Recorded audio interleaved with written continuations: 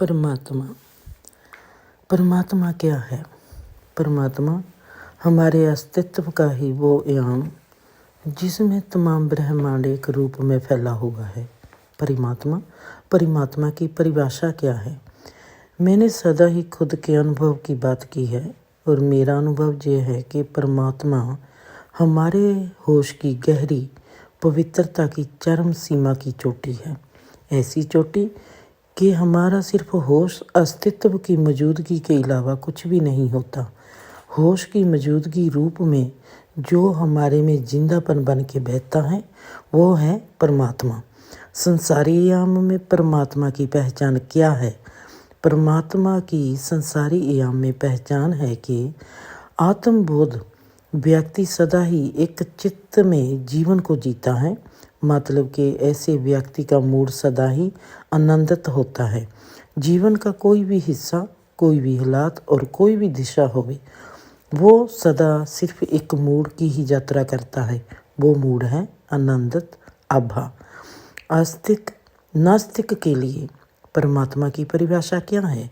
सच्चाई सबके लिए एक ही है, चाहे वो आस्तिक है या फिर वो नास्तिक। आस्तिक बाहरी विषय के जरिए होश को समझता है और नास्तिक खुद को ही विषय बनाता है। आज का विज्ञान परमात्मा को कैसे देखता है? आज का विज्ञान और आज का व्यक्तिगत धर्म एक ही जगह पर खड़ा है, एक ही आंख से परमात्मा को देखता है। विज्ञान भी आस्तिकता का एक रूप है जो बाहरी विषय के जरिए ही परमात्मा की यात्रा करता है। व्यक्ति का गहरी विषय गुरु और धर्म का नाम ले लेता है और विज्ञान का बाहरी विषय स्पेस को माध्यम बनाता है। क्या परमात्मा आदर्श रूप में भी है? नहीं, परमात्मा दोनों रूप में ही यात्रा करता है। क्यों? क्योंकि परमात्मा सर्वव्यापक स्थिति का नाम है। वो कभी भी एक रूप में हो ही नहीं सकता। आकार और निराकार, रूप और आरूप, रंग और अरंग, दिन और रात, सुख और दुख, ये सब में परमात्मा ही है। एक है निराकार रूप और एक है साकार रूप। ये दोनों रूप सदा ही हमारे जीवन में सर्वव्यापक रूप में रहते हैं। परमात्मा का फार्मूला क्या हो सकता है? होश प्लस जिंदापन प्लस शांति इक्वल परमात्मा। व्यक्ति परमात्मा को कैसे देख सकता है? परमात्मा जे ब्रह्मांड परमात्मा में ही जी रहा है, जैसे कि मछली पानी में। पानी और स्पेस एक ही चीज़ है। पानी गिल्ली स्पेस है और स्पेस सूखा हुआ पानी है। ये दोनों की बुनियाद में पानी तत्व है।